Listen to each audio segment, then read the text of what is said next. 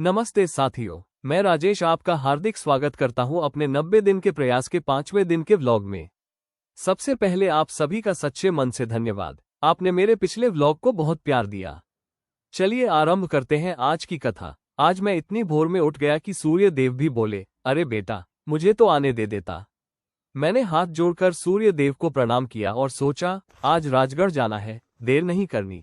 मैंने शीघ्रता से स्नान ध्यान किया और पग चला दिए राजगढ़ की ओर। गांव में ऐसी ठंड पड़ी थी कि जैसे किसी ने पूरा इलाका बर्फ के पात्र में रख दिया हो। गली कूचे सब सुनसान, घर द्वार बंद, सड़कें खाली। कुत्ता भी मुझे ऐसे ताक रहा था जैसे कह रहा हो, भैया प्राण प्यारे नहीं है क्या? इतनी ठंड में कहाँ निकले? उसी समय रिंकू भैया मोटरसाइकिल लेकर पहुंच गए। ठंडी हवा ऐसी लग रही थी जैसे कोई सुई चुभो रहा हो। पर हम लड़के ठंड से क्या डरे, सीना फुलाकर आगे बढ़ते रहे। गिरिपुल पहुंचते पहुंचते ठंड ने हमें हिलाकर रख दिया था। वहां कुछ लोग आग ताप रहे थे। हम भी पहुंचे गर्मी लेने, पर हमारी नसें इतनी ठिठुर चुकी थी कि आग भी बोली, मैं क्या कर लूं भैया, तुम तो पत्थर बन चुके हो। थोड़ा और बड़े तो सूर्य देव की लालिमा दिखाई। ऐसा लगा जैसे कह रहे हो, शाबाश बेटा राजेश, आज मुझसे पहले धरती पर कदम रख दिए। आज तो मुझसे पहले ही निकल पड़ा। राजगढ़ पहुंचे तो मन प्रसन्न हो गया। ऊंचे ऊंचे पहाड़, शीतल हवा, सबका रूप निराला। प्रकृति जैसे स्वयं कह रही हो, राजेश मन हल्का कर, यहाँ शांति ही शांति है। और भाइयों, जब भी मन भारी हो, एक बार प्रकृति की गोद में बैठकर देखना, सारा बोझ उड़ जाता है। सच में, जब भी मन भारी हो, घूमने निकल जाओ, मन तुरंत हल्का हो जाता है। कुछ वस्तुएं खरीदी और फिर लौटने लगे। रास्ते में भगना बस दिखी, अरे वही जिसके साथ हमारा बचपन बीता। देखते ही पुराने दिन याद आ गए। इस बस को देखकर बचपन की सारी यादें ताजा हो गई। कितनी बार इसी बस में यात्रा की है। आगे बढ़े तो देखा जेसीबी खुदाई कर रही है।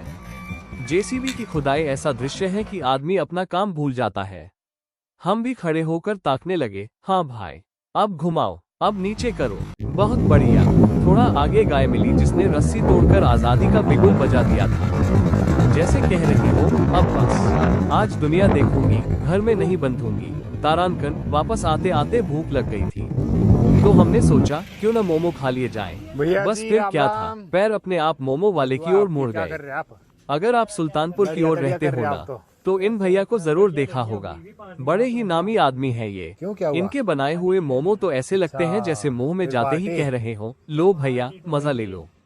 हमने पेट भरकर मोमो खाए और घर की तरफ चल दिए। तब तक अंधेरा छा चुका था। 14 मामा भी आसमान पर डेरा जमाकर बैठ गए थे। 14 मामा को नमस्कार करके मैं सीधा रजाई में घुस गया। ठंड ऐसी थी कि रजाई ने भी कहा, आहिस्ता आहिस्ता आओ भैया, ज्यादा झटकों में मत घुसो। दिन भर घूमने के बाद बदन तो वैसे ही ढीला पड़ गया था, इसलिए रजाई ने भी मुझे चिपका लिया और बोली, अब आराम करो, बहुत घूम लिए आज। और साथियों, इसके साथ आज का व्लॉग समाप्त होता है। आशा है आपको आनंद आया होगा। किसी बात में कमी लगे तो अवश्य बताना, अगली बार सुधार करूंगा। आपका स्नेह बना रहे। कल फिर मिलेंगे नए दिन और नए व्लॉग के साथ। धन्यवाद।